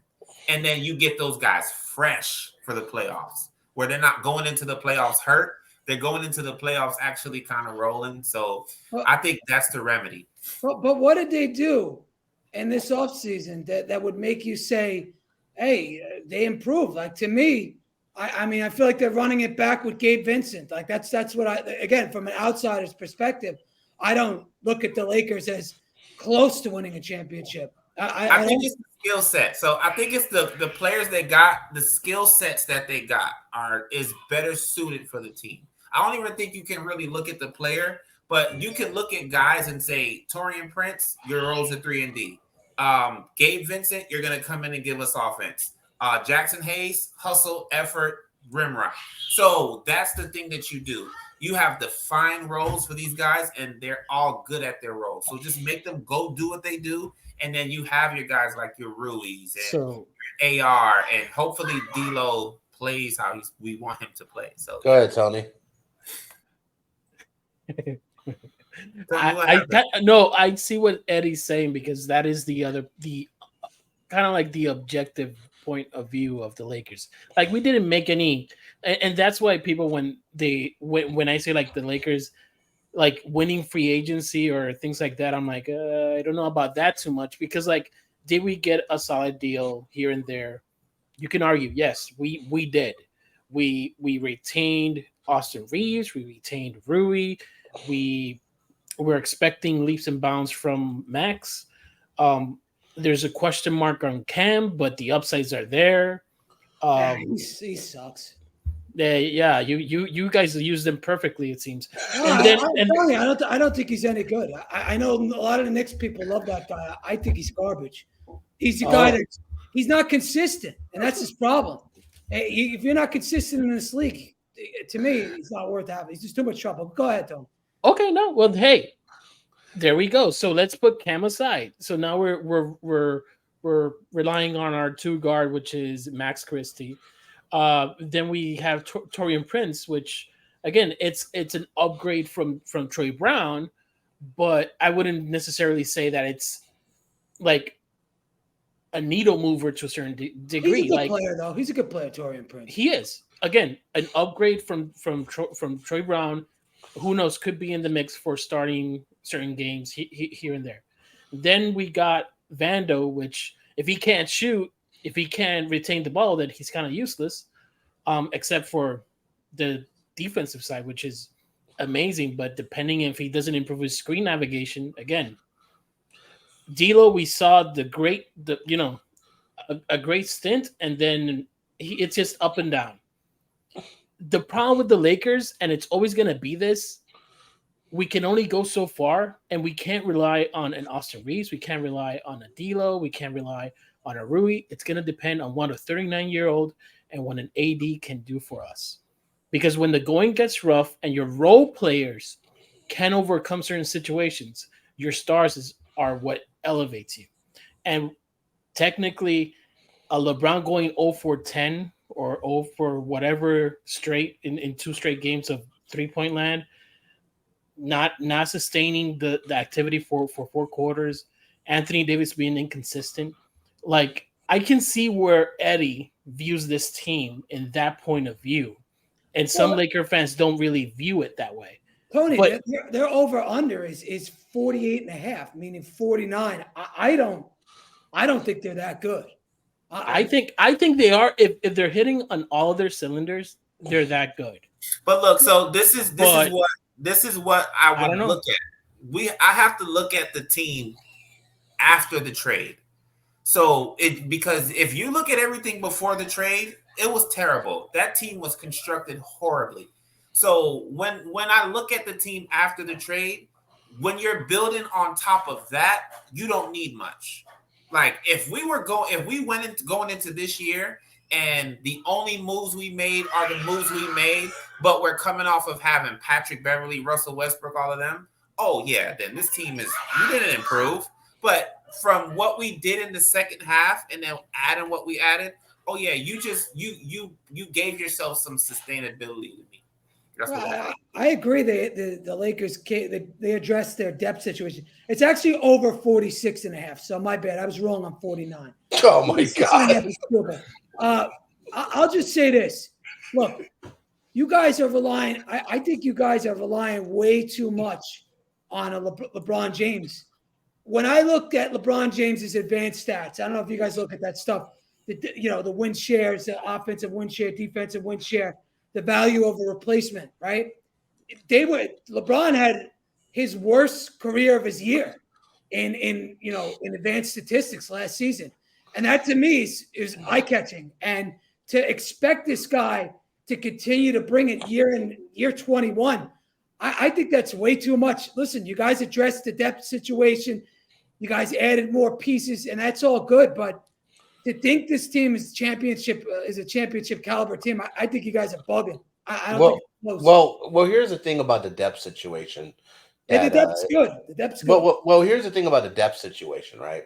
So, we covered this in the first episode, checking in our archives. But look at Austin Reeves. We signed him on the low end of what he could have commanded. Okay. What do you get, 56 million or something like that? Yeah. Tony? 54. Yeah, 54 if I'm not mistaken. Okay. So we got him 10 million for the first year. So we got him on the lower end. We got Rui probably. What did we get Rui for? 17 per. So I think he's at around 54 as well. Okay. Now D'Lo, he just shit the bag. He played himself out of that 30 million. But I don't think he was gonna get 30 billion no matter what. Nobody was gonna give him that much money. A $12 million pay cut. That has to do with what he did in the playoffs, man. Come on, No, but what I'm saying is for his so if he averages 14 a game per game and you still lose, do you think he gets 30? No. He still doesn't get that. Like he underplayed that contract. Like when he was in Brooklyn and he turned into an all-star and he got that 30 million per year, that's his payday. Okay. He's not the player that was ascending. He was declining no matter what. So he wasn't going to be a $30 million guy. He just went from instead of getting 27 all the way down to 18. That's really it. And he's not young anymore like he was on Brooklyn. Right, exactly. He's not a kid. The weird injuries he had this year were weird. Yeah. The upside isn't there with him anymore. I think we know what this guy is. And, he's a very inefficient player. He's a guy that's up and down. Some nights he looks great. Other nights he looks terrible. Yeah. And that's part of but to your point, like, are we relying, like, if we're relying on last year's LeBron, I don't know.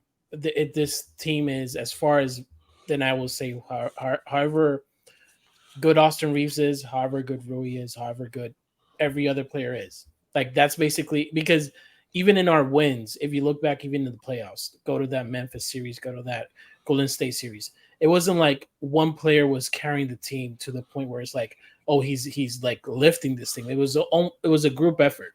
No, but it actually was. We know who that one player is that needs to be the best player on the court, and that's it. If Anthony Davis is not the best player on the court, we're not winning the championship. It's that simple. Look, I have faith. I have faith in Anthony Medicaid Davis as much as anyone, but hopefully, No, you don't. hopefully he Just steps say. up. You dick. Look, man. Anthony Medicaid Davis, I believe in him. Okay, I really do. Wait a minute. This subject was never brought by Jaylen Brown. This was brought because this is the recording. We're almost up to August 4th. Anthony Davis is almost scheduled to get an extension. Yeah, and then that's I'm not why sure. and this is the episode that basically say the 10 reasons why Anthony Davis should not sign an extension. But is that what if you're saying that this subject, if you're saying that I created this topic this week because I had a hidden agenda. Now let's go to Anthony Medicaid Davis. He's up for the extension, 3-year, $168. Now, last week we spoke about if he could be the alpha of the team, once LeBron is gone. Now, Jeannie Buss, she had her interview this week that we spoke to at the beginning of this episode, where she, part of the interview, she did say, hey, we want to keep that continuity. They want to sign AD. She's everyone's on the same page. Her, Rob, Darvin Ham, they want AD for that extension. Thing with AD, based upon the player that he is, he's going to need a quality point guard to get him the ball. He's going to need some quality guards around him. Okay, he's going to need pieces around him for him to excel. Now, is he going to remain at the 5 throughout that extension? Or is he going to go to the 4? If he goes to the 4, then he's going to need a decent center.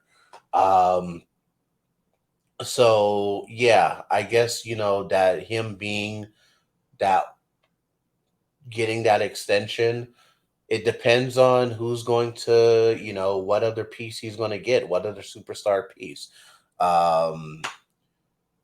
I know for a fact that if LeBron is going to be around, if LeBron is going to be around beyond next season, we're talking about year 22, maybe a 23, because then something is going to have to give. They can't both be max players, and we're going to remain competitive. I can't see that. I can't see where they're both going to be max players, and the Lakers have a chance at winning anything beyond this upcoming season. So, that's the part that concerns me about the AD extension. It's going to be what pieces are going to be around him for that to make complete sense. Well, you can see the pieces. Austin Reeves, Rui, Max Christie.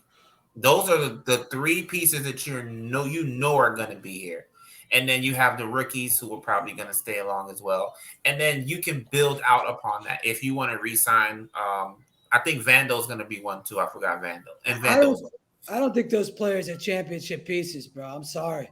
Yeah, but what I'm saying is that's outside of LeBron. So let's say you have AD and those players I just said. You have another max slot left. So what players? Grab you another player.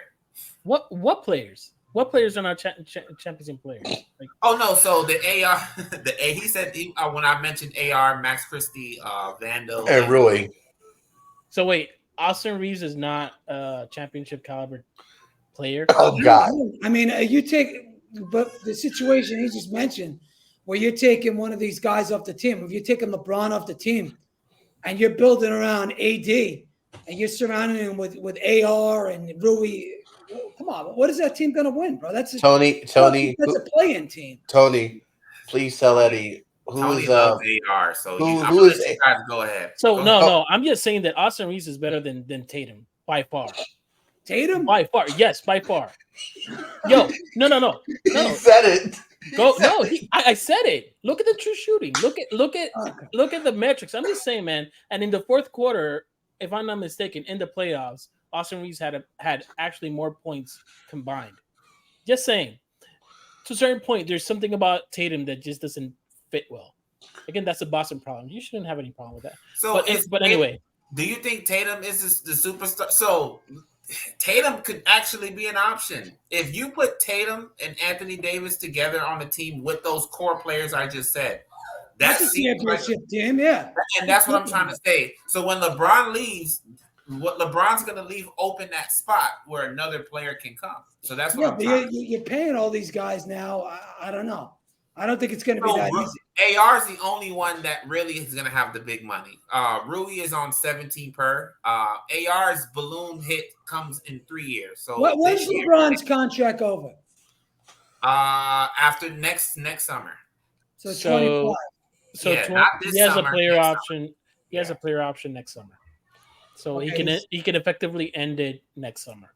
So is he going with Bronny? Is that the story on him? What the fuck is Bronny plays? So what happened with Bronny kind of can change a lot of things. I don't know. He might honestly just play next year and just retire because I know if it'll be a big letdown for him if he's been building up all these years to play at least 1 year with his son, and then now his son might not play. So it's probably gonna be like, you know what, I'm just gonna retire. Even if you do play, go ahead and play. I think he's so dedicated to his family that he probably wants to just finish his contract and retire. I think the best thing that can happen to you guys is LeBron James retiring, or just leaving. You guys need to just move on from him. I'm telling you, he's just bringing your team down. You guys I'm agree with relying on this guy way too much. So wait a minute. If he decides to go to New York, if he decides to go to New York at age 4, would you say no? Probably no. I wouldn't say no. I wouldn't say no. Well, why would we say no? But my point is, I think if you paired AD with somebody else, another guy, I think you could go further. I do. That's really the goal. You got to get past LeBron because he's in the twilight, man. He's in the twilight. And you know what? I like what you just said. I thought you were going to finish it off with what I think, and people come at me all the time in spaces and everything. I'm not saying LeBron's holding AD back, but LeBron is one of those players where no matter who you are next to him, he's always going to be that alpha. I think if LeBron leaves, I don't care who the hell you bring in, AD's going to be the alpha of the team because he knows his presence on the team. He's the defensive stopper, and offensively, he can get what he wants if the offense is running through him. So I just think LeBron being there, he kind of always is passive towards him, okay, I'm going to let you're like the big brother, so I'm going to let you go ahead and carry us where we need to go, and I'm just there with you. If there's no LeBron, AD's the top dog, and whoever is with him he's going to be carrying them. So and AD showed that too. AD showed that down the stretch of the season. He was great. He was great. Yeah. And I don't compliment that fucking guy, but when he's gone, he's on. Right. True story. Very true story. Yeah. Well, look, the Lakers pray. When I guess to start turning the corner on this topic. When the Rob Pelinka made all the moves, all the acquisitions this summer, we really just talked about how much he got everyone at great numbers. Now, Austin Reeves, if he was a restricted free agent, if he would have commanded. Well, if we would have matched some deal, let's say if it was, because I know he said in his All the Smoke interview that Houston and San Antonio were both options. Now, the Lakers did say that, they did announce or, unofficially that, hey, if any team put an offer out, we're going to wait the full 48 hours and then match it at the end and kind of fuck you guys over. So it kind of was a deterrent for anyone to engage in business. But if Austin Reeves would have signed, let's say we would have matched an offer for that $96 million, and then that would have prevented us from signing Rui, re-signing Rui, and getting like a lot of the pieces that we got. So that goes back to the crux of the conversation. No, Hey, it wouldn't have. it wouldn't have. So, He's restricted. but okay? So if Austin Reeves would have took 96, would we have been able to sign the Torian Prince and the Gabe Vincent? And Yes. How so? Because that money, so the way that it works is because he's restricted, his money is not going to directly affect the cap. He's already under our cap. It's just that he's restricted, and if the money, if he does sign an offer sheet, then his rights are just removed, and it kind of opens up a little bit of money. It removes his $2 million cap hold. We would have just got $2 million off of it. So whenever you're restricted or you're up for like an extension, it doesn't affect the money that we could spend. It just goes into our cap number where now we're, instead of spending 177, we're spending 189 or whatever. So how it works is he was under the Gilbert Arenas provision. So basically you can only sign him to 12 million for the first year. So technically, even if another team went with 97, it would create a poison pill. So the third year that would get basically at 30 something, and then the fourth year kind of crazy numbers, the third and fourth year. So that's where the 90 million would hit, but it wouldn't necessarily mean that we couldn't sign everybody else. So that's why everybody was kind of locked in that they're not going to lose Austin Reeves because they have the choice. Yeah, they'll just match. They just match. And then I think teams was scared that we were going to tie their money up for the 24 hours. Like they were like, you know what? No, because we might have another deal and we can't allocate that money. So that was really, really smart by them doing that. And I honestly feel like Austin Reeves had something to do with it. Austin Reeves probably told them, I'm fine with it. Because think about it. If Austin Reeves is not cool with that happening, they're not going to do that.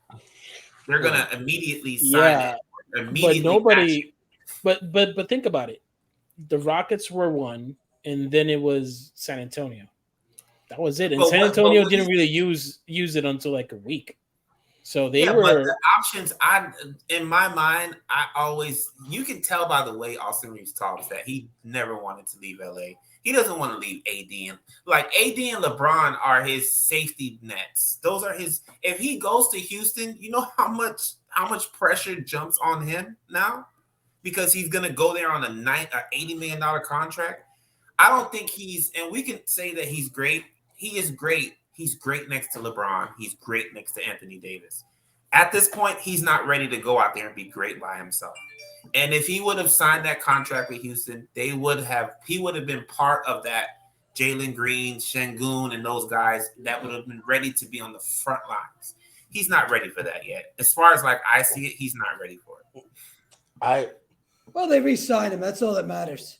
They re-signed him. I have one final question as we wrap up this topic. With the new CBA, and like I said, Eddie, Tony, you guys are the salary cap guys.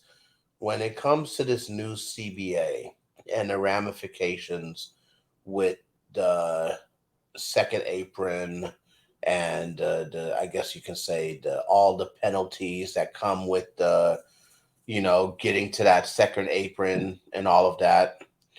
And then also, I guess if certain moves, you could get to a hard cap at some point. We see that Boston has been the first team to do the Supermax deal, the Supermax extension. With this new CBA, my question is, do you think we'll see less max deals being offered by teams to players, or we're just going to keep it? And I'm talking, when I say teams, I'm talking about teams that are genuinely trying to go after a championship. Are we going to see less of that, or they're just going to keep throwing out the money with these Supermax deals? I think the money's going to still come because, as we saw with LaMelo Ball, I keep bringing him up because this guy's, to me, is not worthy of that kind of contract, but they gave it to him. And when you see somebody like that getting the big money, the money's just going out. And I don't think we're going to see less of it. We're going to see more and more of it. It's just the way the league works now. It is what it is. Yeah. That's part of the thing. Like, there is a point where you can even say that there's certain teams, like, let's say like Golden State with Curry. He's worth more than what that contract that they gave him for that team. A LeBron James for the Lakers, he's worth more than the contract itself. Like, the money is always going to be there. The thing is, the only thing about Boston that kind of scares me is just what has Jaylen Brown proven. Same thing with LaMelo. Like, you're basically banking on potential. Well, Jaylen Brown, they did get to the finals 2 years ago. They took Miami to Game 7 this year. So yeah, but once you commit to Jaylen Brown, you're also putting yourself in a position to basically say, in 2025, we kind of have to figure out Jason Tatum, because he's going to ask for the bag. Oh, next summer he's going to get it. Next summer, right? So once you do that, team building wise, what I'm trying to say is, like, as for an office, it's kind of like you basically have in two players $600 million in two players, right, for the next 5 years or 4 years. Like, that's crazy money. That is crazy money. And that's why I'm like, a player can be worth, like, Jaylen Brown is, 303, props to you. You got it. But you better be championship material. They went to the finals. Great. But that was 1 year. But can Tony, they repeat it? Losers, though. Look at all these losers like Bradley Beal getting big money. Zach LaVine. These guys never won fucking shit. Karl Anthony Towns, he sucks. He sucks. But you're not okay. But the thing is, you're not. The Bulls did that one contract. They have one of those. Right. You're like, what I'm trying to say is, like, every team can go, like, the Charlotte Hornets. They can be crazy and be like, we're gonna give LaMelo the biggest contract. Here, sign it. It's not like we have another guy that's gonna get $50 million. That's all that I'm trying to say. Like, to a certain point, like, a team has to make a decision. Like, whoa, this is not $300 million. This is gonna be $600 million at some point. So once you commit to Brown, you kind of are nodding like you're committing to Tatum, because now you can't let him go. 100%. So that's what I'm trying to get at. Like, the championship window, in my opinion, for that team to basically be successful, to figure out if this is going to work, is in the next 2 years. Basically, if this year they flop, what is Tatum going to do? He's going to still get paid. He may still get paid, but is Boston going to give it to them? Oh, 100%. 100%. I don't think so. What's the they have no choice. Yeah, they're gonna get it. You can't let him go. Yeah, and Tony, you're right. It's a 2-year window. You're 100% right. It's a 2-3 year window. Yeah, again, but in the 2 or 3 year, like, so for this season, if it's a flop, what can they do to improve? Basically, trade for Porzingis. Nothing. Do they use these super maxes as trade pieces though, or what restraints does the CBA have? Because, like, I would say, all right, you definitely want to re-sign Tatum, and then let's say a year or two into both of them having those super maxes, you're like, okay, now we got to make a decision to keep one. No, you got to keep all. Jaylen Brown and go get 2 or 3 guys, or trade Tatum and go get 2 or 3 guys. You gotta stay there. Basically, you're basically keeping that team together until the contracts run out, because you can't trade anybody once you're over that second tier unless it's dollar for dollar.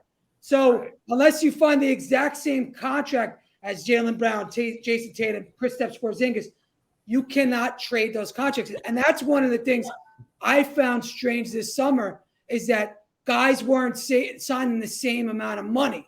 It was weird to me that guys weren't doing that, but I guess they're not thinking ahead. I sort of was. I mean, it kind of pseudo protects them as well. If you think about it, like a little dollar here, a little dollar there. Now you can't trade me dollar for dollar. If like, yeah, you can't do it, and that's effective. That's actually effective if I'm not mistaken. Not next year, the year next after. Summer. After next summer, yeah. So right, no. So it will be effective next summer.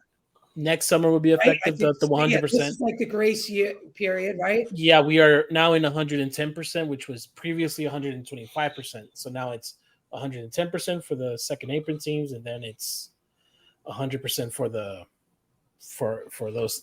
That's nasty, but to a certain point, like, fuck. But that's my point. Like, you're stuck. You're effectively stuck. And does Boston want to get stuck that way? Like, if you know that you don't have a championship product. Well, I think they do. I don't think they do. I think they do. I don't think they do. I think they have a very good team. Yeah. Well, if you guys think they have a championship product, then hey, use this video. Use myself. I just don't think they do. They have to show something more than just adding players to this. Like, specifically, if your number one option and your second option haven't really shown up.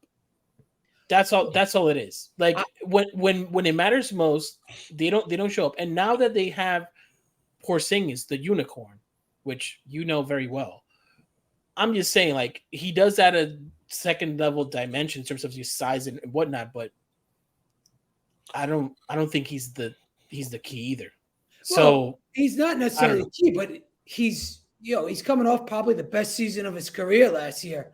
But other than that, all-star season with the Knicks, this was probably his best season. And he came. And that's true. That's true. And he's not. They're not relying on him to be the guy. KP doesn't have to be the guy. He's a third option. He's just got to show up and play. If he does that, Boston is dangerous. They're a dangerous team. To me, I think one of the best teams in the East. I mean, that's a fact. They are the best. I mean, it's what Boston, Milwaukee, Miami.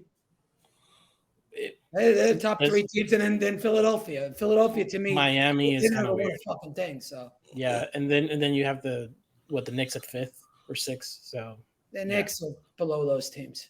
Oh wow, okay. Are they better than the Hawks? What? That's fucked up. I mean, from what they shown last year, yes. Yeah. Okay. Hey, it's a conversation. We're just having. I don't know. I don't. Yeah. I know people get. Some Knicks fans get crazy with that. But. I know. I mean, shit. But again, reasonable. So wait. Now that we did the East, what do you have the Lakers? Like, you're unbiased, unreasonable. Are we now a playing team again? In your mind, or not? They're at 47 wins. That's not playing team, correct? I mean, that's going to be. No, that's top probably 6, what, 5th seed or something like that. Yeah. Right? I mean, look. The Lakers are okay, but again, I worry about building a team around fucking LeBron James. To me, in year 21, I don't see it. Like you, but when he plays well, and they have chemistry, and they've gotten better, and they've gotten pieces around them that are much better than they've had, they're a better team. But I don't think they're a championship team. I know I don't mean to be a dick either. I'm just trying to be. No, that's fine. I appreciate it because hey, I don't think the Knicks are any good either. So. Yeah, like, I have a fan, and shout out to Underdog. He's always saying this comment on the chat, like, "Are we gassing our team?" And I'm like, "Yeah, we are. Of course we are. Like, we're 82-0 right now. Like, every team is 82-0. We're winning the championship right now." And then 10 games later, it's like, "Oh shit, send everybody away, trade them all." Like, it's. I will say this: I think Pelinka is one of the best GMs in the NBA. I think he's great. I really do. With the hand he's been dealt with LeBron and everything, he's a great GM. I mean, for the turds that I mean, he laid an egg, but the way that he kind of unraveled that and turned it into this is kind And of that was amazing. LeBron's fault too. Let's be honest. The Russell Westbrook was LeBron. Oh, say it louder. I'm Say it serious. louder so that the people in the back can laugh with you. I'm just saying. But I mean, so is it really LeBron's fault or is it also Westbrook's fault? Just curious. I just think it don't was think everyone's they should have fault. ever paired those two together. LeBron is a guy at this stage in his career. He shouldn't be, a ball dominant guy. And when you bring in a guy like Russ, he's got to be ball dominant to flourish. Kind of like he was with the Clippers. He's got to, he's got to handle the ball. You got to have some faith in him. I just don't think that was ever going to work in the first place. I think it was a bad fit. Yeah, I think everybody in Lakerland also was. They were like, well, if there's one guy that can actually save us, it's LeBron James. He can make it work. And long and behold, that experiment ended horrible. Look, I just know that Westbrook, he was offended by what Laker fans was saying about him. God forbid if he ever played with the Knicks, because the New York Knicks have a way of telling you to go fuck yourself. It will just break your soul. I would have liked him as a sixth man. I would have. At the money he's making, $5 million, I would have took a chance on Russ. I don't know about. I mean, basketball wise, truthful, but if he couldn't handle the Laker fandom heat or whatever you want to call it, like the whole banter, like you guys take it like we are like in level 2, you guys are like in a level 11. Like there, it's like different league, different. You guys do a different thing. But so again. The role, if you were to bring in Russ this year now, after Brunson's here, and you're putting him in as your sixth man, the expectations aren't sky high like they were with you guys. You guys it was championship or bust, Mm-hmm. So that's why with the Knicks, he'd be a sixth man, becoming, bringing in defensive energy, things like that. He would be probably a good fit, but the shooting's not there, so that's where it's not the best fit either. But Yo, and Zen, I know you want to take this to another place, but I just wanted to ask because I kind of joined in late. But go ahead. What for the Knicks? Like, what's you guys let Obi Toppin go? And by the way, shout out to you guys because only the Knicks fans can host 3 weeks of Obi Toppin funerals all over Twitter. I didn't put up with that bullshit. Yeah, it was kind of ridiculous. But on your side, what the hell are they doing with that? Because they kind of let him go. Well, they tried dealing him at the deadline, right? That was one of the. Listen, the Knicks, they're not a drafted developed team, man. They don't. I know. They're run by Tibbs. Tibbs does not like kids. He doesn't like players that don't play his way. Like we saw with Cam Reddish. Cam Reddish couldn't play his way, and he was banished. Same with Fournier and all these offensive guys we saw. Kemba Walker come in. If you don't play defense for Tibbs, you're fucked. You're out. So that's the thing with the Knicks. To Obi Toppin, he was so overrated to me. The guy moves. He can't move laterally at all. His defense is suspect. He's an okay player, and he'll probably do well in Indiana. But to me, I was never in love with the guy. I think he was okay. Nothing special. But okay, but to the point is like I thought when they were dealing with Indiana, I'm like, well, they're making up space. They're figuring out something to get somebody else. They're trying to do something else. They got Fournier's contract.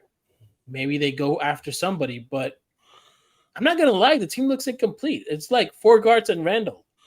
Like it's like I agree. I agree. I mean, they went out and they bought in DiVincenzo, and they're married to the fact of this. They're married to this RJ Barrett fucking thing working out. And so far, Knicks fans love RJ Barrett. To me, he was one of their biggest problems last year. I know he played okay in the playoffs. He played much better than he did, but he was terrible. He's one of the most inefficient players in the league. And the Knicks are banking on this guy making a big leap forward next season.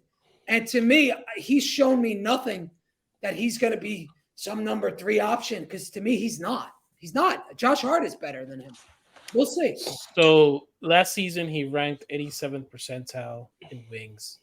That's between in the wings department. Okay. So basically, he's around Tyler Hero, and oh my god, yeah, that's not a good company. Look at his Like, advanced stats; they're awful. I'm looking at his advanced stats right now, and they're They're closely the worst in similar. the league. They're closely similar to Kendrick Nunn, which is kind of nasty. I think his value over replacement is I think it was a negative last year, if I'm not mistaken. Jesus Christ, yeah, this is nasty. And this is what the Knicks are hitching their hopes to: is this guy coming through? I mean, people killed Julius Randle, but Julius Randle during the regular season, he brings it. Now in the postseason is a different story, but for 82, you could rely on Julius Randle. Yeah, this is pretty nasty. I'm not gonna lie. Horrible. Yeah. And he's 31%. His 3-point shooting is going down per year. Damn.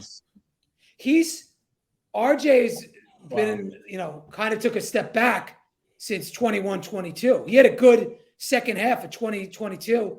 And then last season, he was so inefficient. He was all over the place. In the playoffs, he played better, but to me, he's not the guy. And I don't think Randall, Brunson, RJ works. That's just me. And I think we might see that with DiVincenzo this year. Well, yeah, but DiVincenzo, is he starting?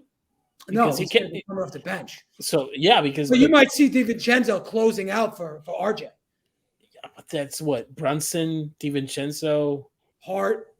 You got 3 guards: Randall and Mitch. Hardenstein or Mitch. Damn. They're not that good. Damn. Yeah. Damn. Okay. Zen, take it away. Well, yeah. That's tough leaving RJ out of your closing lineup, man. But I agree with you. I would not in the games. I would definitely play Hart in crunch time over RJ or DiVincenzo. Like Hart has to be out there, point blank. I mean, his assist has increased, but he's more.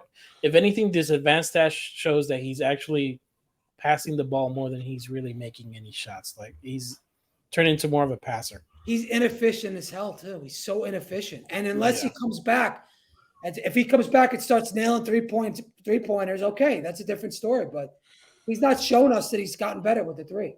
Well, yeah. Well, one thing that I learned this evening in this conversation is Tibbs hate kids. He does. Yeah, hashtag Tibbs hate kids. Eddie, one thing that we close out every show talking about, we switch it up with a little pop culture talk. We talk about what we're watching. So what we're watching, what we have been watching, what we are looking forward to watching. It could be movies, shows, or anything. So you have anything on your watch list or anything you're going to be watching? I don't watch too much TV. The last thing I've watched was the Game of Thrones thing that was out last summer. House of Dragons. Yeah, House of Dragons. That was good. Okay. I'm looking forward to that. What else do I watch? I'm trying to think what else I watched. I don't know. But I watched that.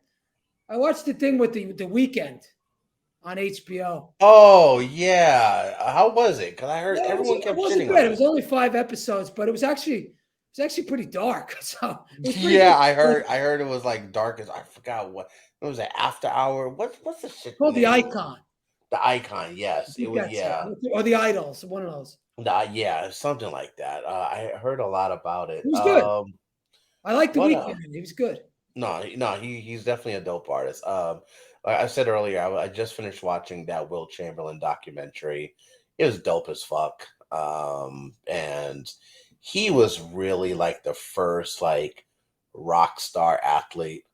And just even the house that he built in LA, like the entire house, it had like no right angles. Like just the architectural design, circles. Circles, triangles. It was a trip, but it was a dope documentary. And man, he was ahead of his time. Like he was just ridiculous. Like when it comes to like an all-time great, like iconic player. So I just finished watching that documentary. I know this week I'm gonna really binge watch the first season of Winning Time. so I can Oh, you start didn't see watching. that? That was good. I watched I that. haven't seen it. I'm gonna binge watch it so I can get up to date for the second season. Tony, what you watching? Actually started to watch the shit. What's it called? On Max, it's The Warrior or Warrior, whatever it's called. Yeah, that's on my watch list. It's interesting. Like it kind of shows you like you know what the railroad like it's all about San Francisco in that time, Yeah. but it's how they treated again it's action is kind of there's nothing I think anything realist in terms of like but it kind of piqued my interest in terms of how they treated the Chinese, how they treated I didn't know the Irish there were there as well. It's like a whole hodgepodge of communities that it's kind of like they treat them basically like slaves. They treat them less than human, and Wow. it kind of shows out in that again. It's about a warrior. It's about this kung fu guy, and it's all about kung fu fights. It's a very action packed. But that first two episodes, it was kind of like like HBO does, a lot of sex scenes. So Yeah. yeah, like it's King, you watching anything unique? Probably not. I usually watch like the old stuff. I gotta catch up on a lot of shows. La Brea, The Rookie. I watch a lot of ABC, CBS shows. NCIS, I think, may have started back up. So yeah, I'm not a movie guy, so that's pretty much it. I'm actually might. I don't know if you guys I ever forgot watched. about that. I don't know if you forgot guys about ever watched the show Bones, but I'm gonna probably rewatch that again for the fourth time. There you go. I might do a Sons of Anarchy rewatch after watching that shitty ending to Mayans MC. I'm feeling compelled to rewatch Sons of Anarchy. But you know what? If you're listening to this, we're recording this Sunday night, July 30th. Well, it's on the 31st on the East Coast. And if we're releasing this on the last day of July. So, um, tomorrow, all of August, if you guys haven't heard, we made the announcement on Twitter. All of August, we are doing a month long tribute to Kobe Bryant. We're calling it the month of Mamba. We're going to be doing a lot. We're going first. We have our Mamba moments of the day that we're going to release at 8:24 a.m. West Coast. Where each night in playback we'll be playing. Pretty much, I think out of the 31 nights, 29 of them we're playing a classic Kobe Bryant game. So definitely check out our watch parties on playback, PGM Fan Cave. So please check that out. We're gonna episode 8 of our podcast. We're gonna be doing something very special called a love letter to Kobe that we're working on. So yeah, Eddie. Eddie special as we go into August. You have when you think of Kobe Bryant as a Knicks fan, what comes to mind first? Fucking winner, man. Fucking winner. Guy's one of the greatest of all time, easily. To me, there's two different players with Kobe. There's 8 and then there's 24. And, as a kid, I grew up and I watched 8 and I fucking loved that version of him. And then it was 24, who was basically, MJ's carbon copy. So to me, again, I put Kobe, he's 2 behind MJ as far as I'm concerned. As far as GOAT. I know a lot of people probably think that's controversial, but I think he's the second greatest player I've ever seen play. Absolutely, absolutely. Tony, what are you looking for as we roll out this month of Mamba? We've been putting a lot of work behind the scenes. What are you looking forward to? Are you out of the games that we have scheduled? Is anything that what are you looking forward to the most? I would say for this month of Mamba. I think it's the kind of like that. So I kind of became a Laker fan, or I kind of like started to really connect with the team when Kobe kind of that alley oop to Shaq, Yeah, like that. I just want to rewatch all that again and just kind of just go back in time and kind of like picture myself and you see that because I yeah, kind of remember exactly where I was, exactly what I was doing. It's like, yeah, absolutely. Yeah, I remember that like it was yesterday. King, take us close us out, man. What are you looking forward to the most as we go into this month of Mamba? Um, hard for me to choose any one moment. Um, Probably the 62-3 against the Mavericks. Like that was like a display.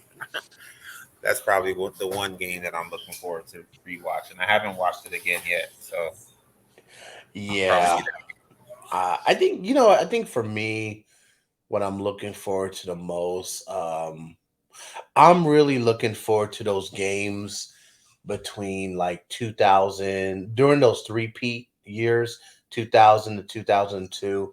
Because look, I'm a big Shaq fan, and I have always said that um, what Shaq did between for those 3 years, I think it's the greatest 3 year stretch of any player in the history of the league. I just remember watching it in real time. You see the dunk that he did over the Nets with over all five players, but Kobe was putting in a lot of work. I know one of the games that we're playing at one point this month is the 51 he drops against the Warriors. There's the game 4 against the Pacers in 2000 where Shaq fouled out. I'm really looking for to that young Kobe and the work that he was putting in because it does get I think it does get overshadowed because of just that enormous force that Shaq was. Um, and so that's what I'm looking forward to the most of watching Kobe from that era. It's like, oh man, no, Dave, that was a legit 1-2 punch. That wasn't Kobe wasn't a sidekick. So that's what I'm looking forward to the most. But yeah, folks, please check out our month of Mamba. It's going to be across all of our platforms. Shoot us a follow on Instagram, the Reds, Twitter, YouTube. We're at Purple Gold Mines, and Gold Mine is GoldMinds. On Playback, we are playback.tv/PGM Fan Cave. Our watch parties, 7 p.m. West Coast, 10 p.m. East Coast every night throughout the month of August. Our first game that we're going to be playing is on August 1st. It is 8-1, so we will be playing that 81-point game. So yeah, check us out. This has been episode 4 of Meeting of the Gold Mines. Eddie, you are a savant. We appreciate you being here.